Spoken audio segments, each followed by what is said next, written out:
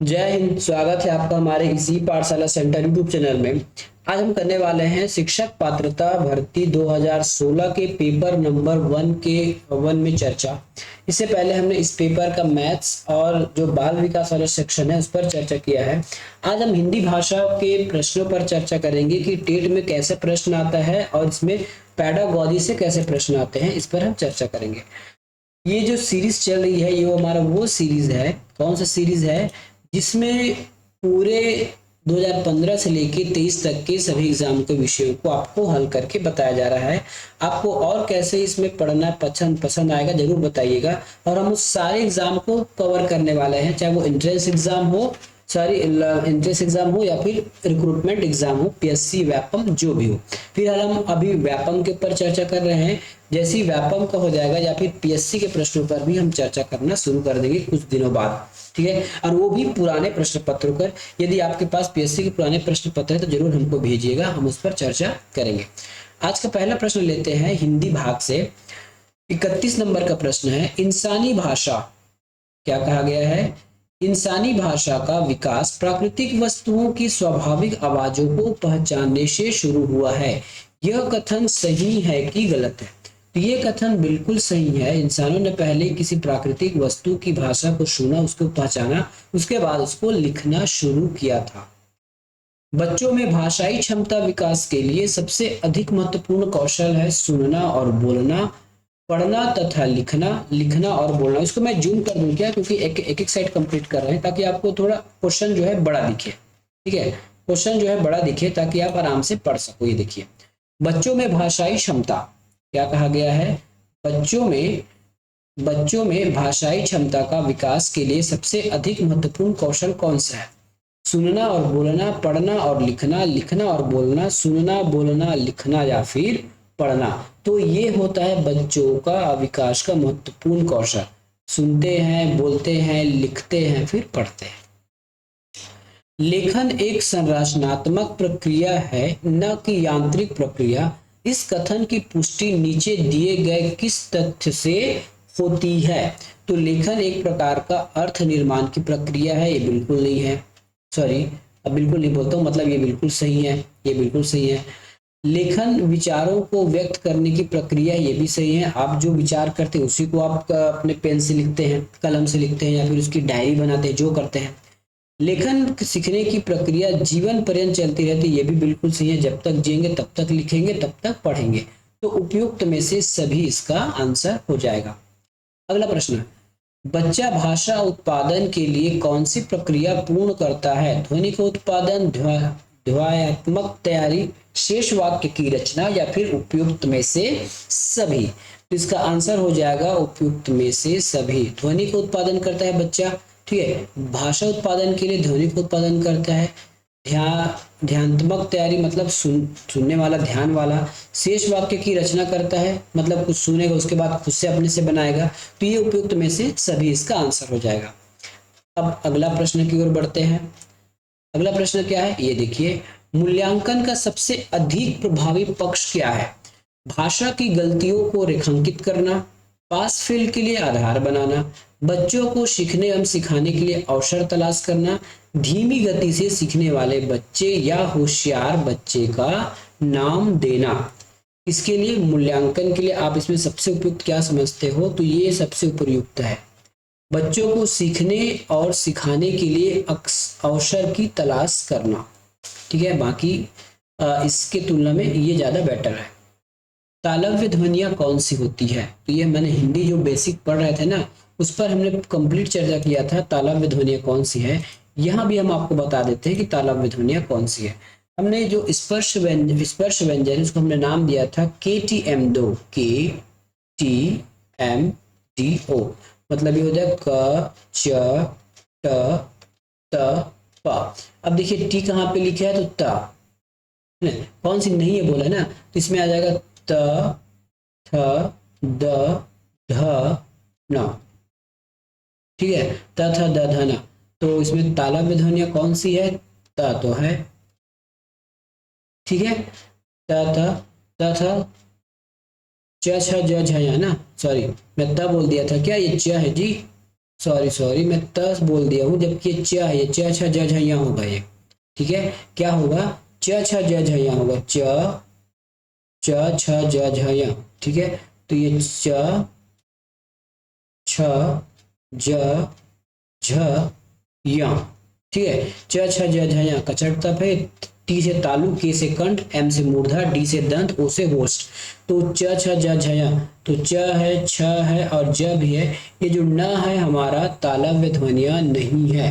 ये कौन सी है, ये दंत है, त थ द ध और ये न। ठीक है, त थ द ध न, त थ द ध न।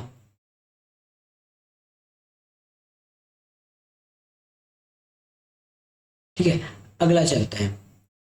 बच्चों की भाषा व भाषा की समृद्धता बनाम गलतियों पर आपका तर्क होगा। बच्चों की भाषा व भाषा की समृद्धता के संबंध में यदि कोई गलतियां हैं तो आप इसमें क्या तर्क होने चाहिए। तो गलतियां सीखने के लिए एक और नया अवसर प्रदान करती है, ये बिल्कुल सही है। यदि आप गलती नहीं करोगे तो आप उसको और सीखने के लिए आपको अवसर नहीं मिलेगा। यदि कम भी सीखते हो तो आप उसको आगे निकाल लेते हो। तो यही हमारा सही उत्तर हो जाएगा। गलतियां तो गलतियां ही है, इसमें बच्चों को रुकना चाहिए, ये ऐसा कोई गलत भाषा है ना। तो ये हमारा तर्क नहीं होना चाहिए। हमारा तर्क होना चाहिए, यदि हम टीचर हैं तो हमारा तर्क होना चाहिए कि गलतियां सीखने के लिए एक और नया हमको अवसर देती है।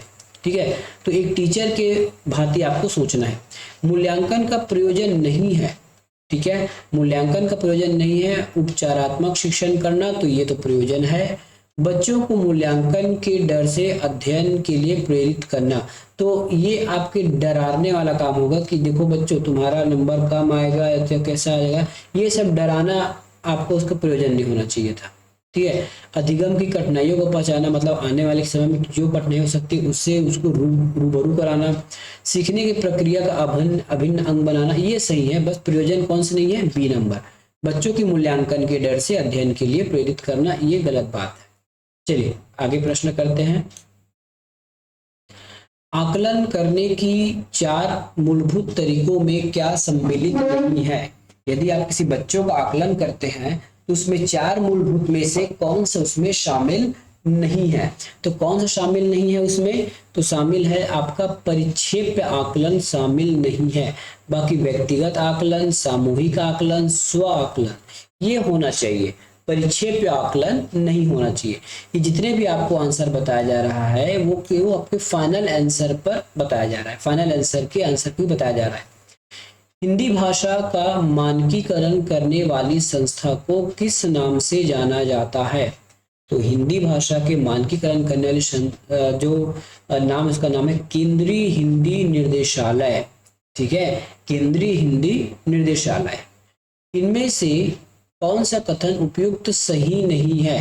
भाषा प्रतीकों का ढांचा है, सो गलत है वो बताना है ना, याद रखिएगा। भाषा मानव की जन्मजात उत्पत्ति है। संस्कृति की तरह भाषा भी विद्यमान है। भाषाई संप्रेषण से जानकारी देते हैं।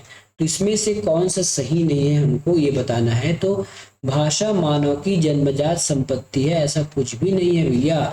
आप जिस भौगोलिक स्थल में जन्म लेंगे, जिस व्यक्ति का जिस भौगोलिक स्थल में जन्म होता है वो वहां का भाषा सीख जाता है। और दूसरी बात, उसकी जन्मजात संपत्ति भी नहीं है।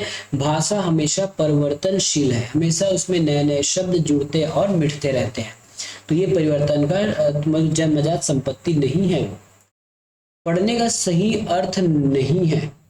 ठीक है, पढ़ने का सही अर्थ नहीं है। तो लिखे हुए से अर्थ गढ़ना पढ़ना, तो ये तो है। ठीक है, ये तो पढ़ने का सही तरीका है।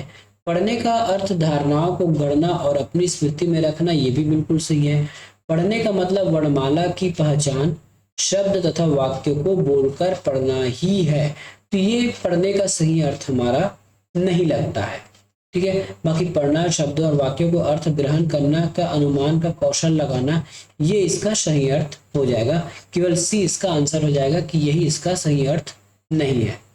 अगला, श्रीमान शब्द उदाहरण है, संज्ञा है, सर्वनाम है, विशेषण है या फिर क्रिया है। तो श्रीमान क्या चीज है, श्रीमान एक संज्ञा है क्या, तो बिल्कुल एक संज्ञा नहीं है। ये किसी का नाम नहीं है। ठीक है, ये किसी का नाम नहीं है। अगला हो जाएगा सर्वनाम। तो ये अगर संज्ञा नहीं है तो फिर सर्वनाम कैसे आ जाएगा? ठीक है, तो ये सर्वनाम भी नहीं है और ना ही क्रिया है। तो ये एक विशेषण है जो किसी चीज की विशेषता बताती है। जैसे हम किसी व्यक्ति को लोग लिखते हैं श्रीमान मतलब अच्छा व्यक्ति, तो उसका ये विशेषता बता रहा है, तो ये उसका विशेषण हो जाएगा। अगला प्रश्न की ओर चलते हैं। ये सभी आपके टेट में पूछे गए प्रश्न है ना, हमने अलग से कोई भी नहीं बनाया है। ठीक है, अलग से कुछ भी नहीं बनाया है, ये आपके टेट 2016 के प्रश्न है।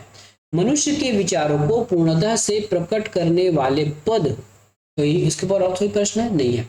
मनुष्य के विचारों को पूर्णतः से प्रकट करने वाले पद समूह को कहते हैं शब्दकोश, शब्द भंडार, व्याकरण या फिर वाक्य।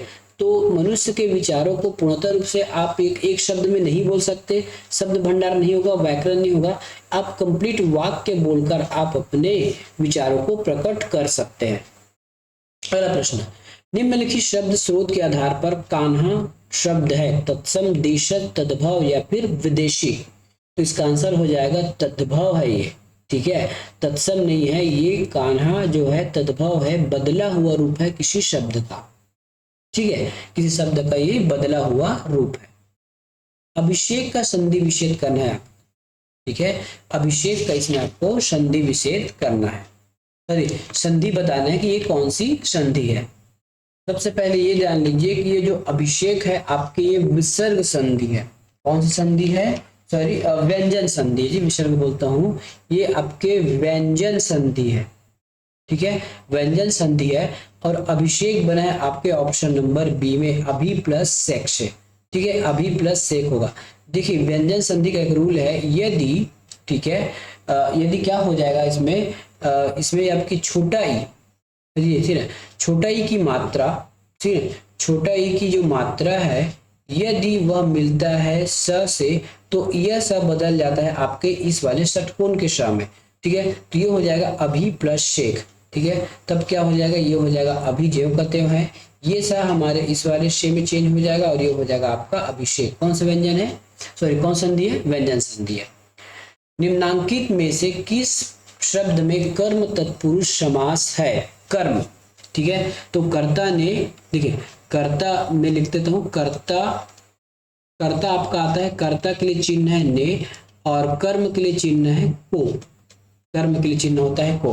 तो गृह ग्राम, गृह आगत, गृह प्रवेश या फिर गृह स्वामी। इसको यदि आप ध्यान से पढ़ोगे तो आपको समझ आ जाएगा कि इसका आंसर क्या है। ठीक है, तो इसका आंसर क्या है इसमें? गृह ग्राम। ठीक है, गृह ग्राम, गृह आगत मतलब गृह को आगत, घर को आगत, यहाँ पे को चिन्ह मिल रहा है क्या आपको? तो आंसर यही होगा। गृह प्रवेश, गृह में प्रवेश, यहाँ पे में चिन्ह मिल रहा है। गृह स्वामी, घर का स्वामी, यहाँ क मिल रहा है। गृह ग्राम, घर का गांव। तो सब में क को के मिल रहा है, लेकिन को केवल मिल रहा है गृह को आगत, और कर्म का जो चिन्ह है वो है आपका को। तो गृह आगत इसका आंसर हो जाएगा। अगला प्रश्न चलते हैं। 32 दांतों में जीव लोकोक्ति का आशय क्या होगा?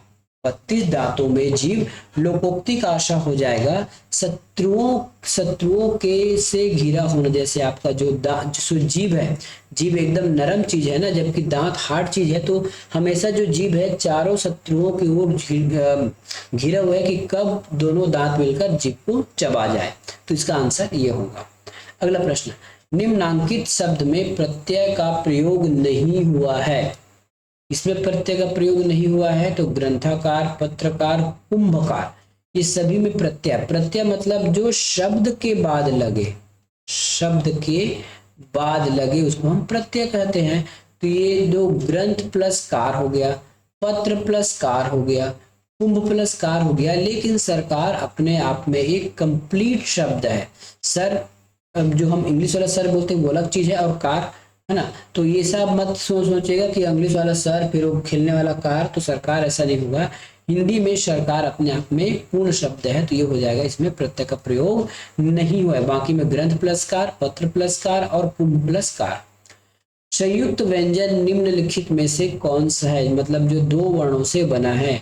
ये हमारे पंचमाक्षर है, ओरिजिनल है। ठीक है, न भी पंचमाक्षर है, ओरिजिनल है, और अंगा भी पंचमाक्षर है पर ओरिजिनल है। त्र बना है आपके त प्लस र से। ठीक है, त्र बना है त प्लस र से, तो यही हमारा हो जाएगा आपका संयुक्त व्यंजन। बाकी अपने आप में यूनिक शब्द है। अगला प्रश्न है अधिपति में उपसर्ग कौन सा है?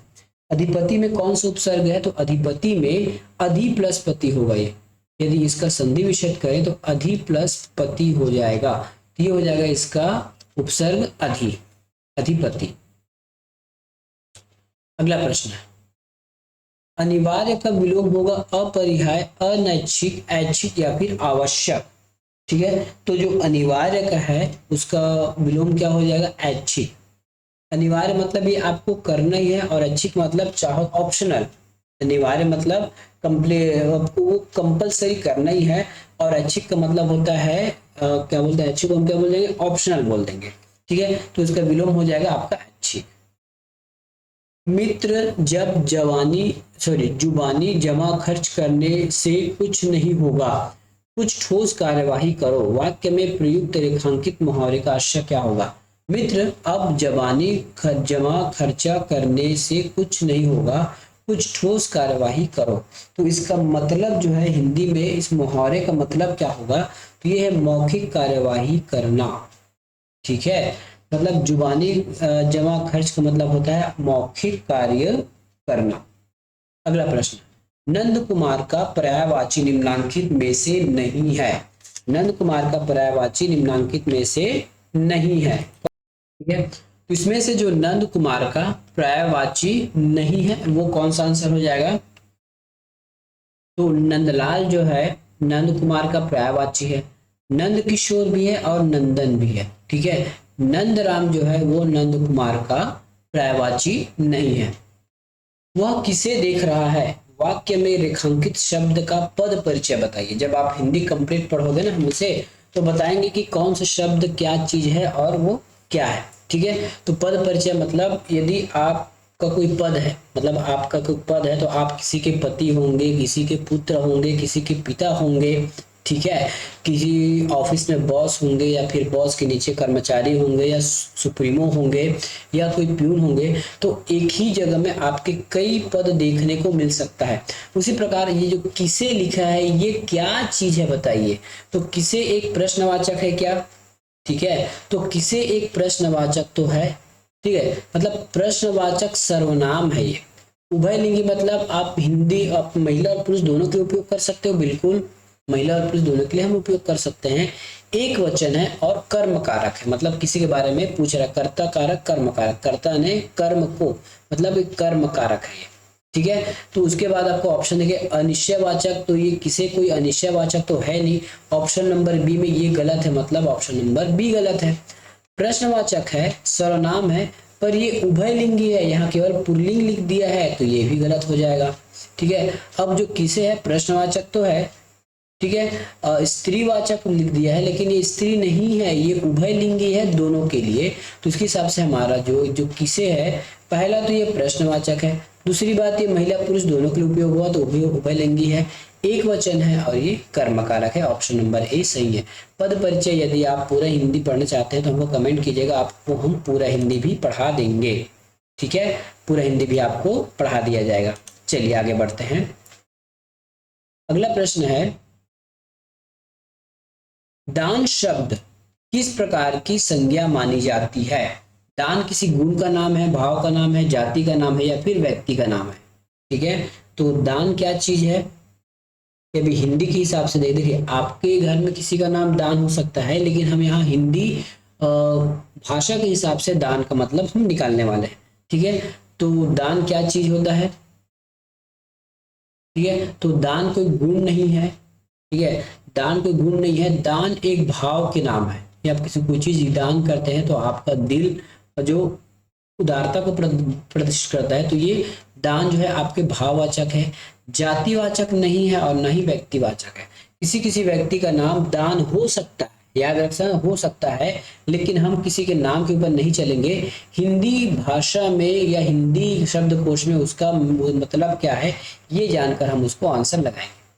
हमेशा बहुवचन में प्रयुक्त होने वाले शब्द कौन से हैं? सामग्री, अमीर, नारी या फिर शिला। ठीक है, तो इसका आंसर हो जाएगा सामग्री हमेशा बहुवचन में उपयोग होने वाला शब्द है। अगला प्रश्न है तुमने इतना अच्छा काम किया और मुझे खबर ही न दी। इस वाक्य में, यह वाक्य विस्मयादि बोधक है, इच्छा है, संकेत है या फिर विधानार्थक है। ठीक है, तो ये केवल विस्मयादि बोधक है, एक्सक्लेमेशन मार्क बोलते हैं ना, तुमने अच्छा काम किया मुझे बताया नहीं, तो ना तो वो प्रश्न पूछ रहा है, ना इच्छा जता रहा है और ना ही किसी चीज का संकेत दे रहा है। इच्छा तो इसमें जता नहीं रहा है ना, कहीं इच्छा जताया है क्या, नहीं जताया, कोई संकेत भी नहीं दिया है, ना ही विधानार्थक है, तो ये विस्मयादि बोधक है। क्या है, विस्मयादि बोधक हो जाएगा। चलिए अगला प्रश्न देखते हैं। कोई अपठित गद्यांश इसको पढ़ते हैं और 59 और 60 नंबर का आंसर देंगे। आज हिंदी में आधुनिकतम विषयों पर लेख लिखे जा रहे हैं। बेशक उनमें भाषा के स्तर पर मिश्रण है, पर यह नहीं कहा जा सकता कि उन लेखों में भाषा हिंदी नहीं है। यह हिंदी का आधुनिक रूप है। आधुनिक युग की आवश्यकताओं और मांगों के पूर्ण करने की दिशा में अग्रसर होता आधुनिकीकृत रूप आधुनिकरण का परिणाम है। ठीक है, तो पूर्वोक्त ऊपर जितना भी आपका पठित गद्यांश पढ़े हैं वो कौन सी घटना को बता रही है। ठीक है, तो ये घटना नए पुराने विषयों पर लेख लिखे जा रहे हैं, इस पर कोई भी चर्चा उसमें नहीं हुआ है। कैसे भी विषयों पर लेख लिखे जा रहे हैं ऐसा भी कोई वर्ग नहीं हुआ है चर्चा। ठीक है, पुराने विषयों को नए ढंग से लिखे जा रहे हैं ऐसा भी नहीं बताया गया है। आधुनिकतम विषयों पर लेख लिखे जा रहे हैं। ठीक है, तो ये इसमें बताया गया है। अगला देखते हैं, उक्त अपठित गद्यांश का उपयुक्त शीर्षक क्या होगा। आधुनिक हिंदी, बिगड़ती हिंदी, पिछड़ी हिंदी या फिर हिंदी अब और तब। तो ये आधुनिक हिंदी इसका सबसे ज्यादा उपयुक्त शीर्षक होगा। तो ये था पेडागॉजी और हिंदी से जो आते हैं प्रश्न उस पर हमने चर्चा किया। टेट में जो 2016 का प्रश्न है। अब हम क्या करेंगे देखिएगा, तो ठीक है, ये तो हिंदी कंप्लीट हो गया। हिंदी के बाद हमारा इंग्लिश और क्या बच जाता है, पर्यावरण वाला चैप्टर, उसको हम अगले वीडियो में करेंगे। मिलेंगे नेक्स्ट वीडियो में, धन्यवाद।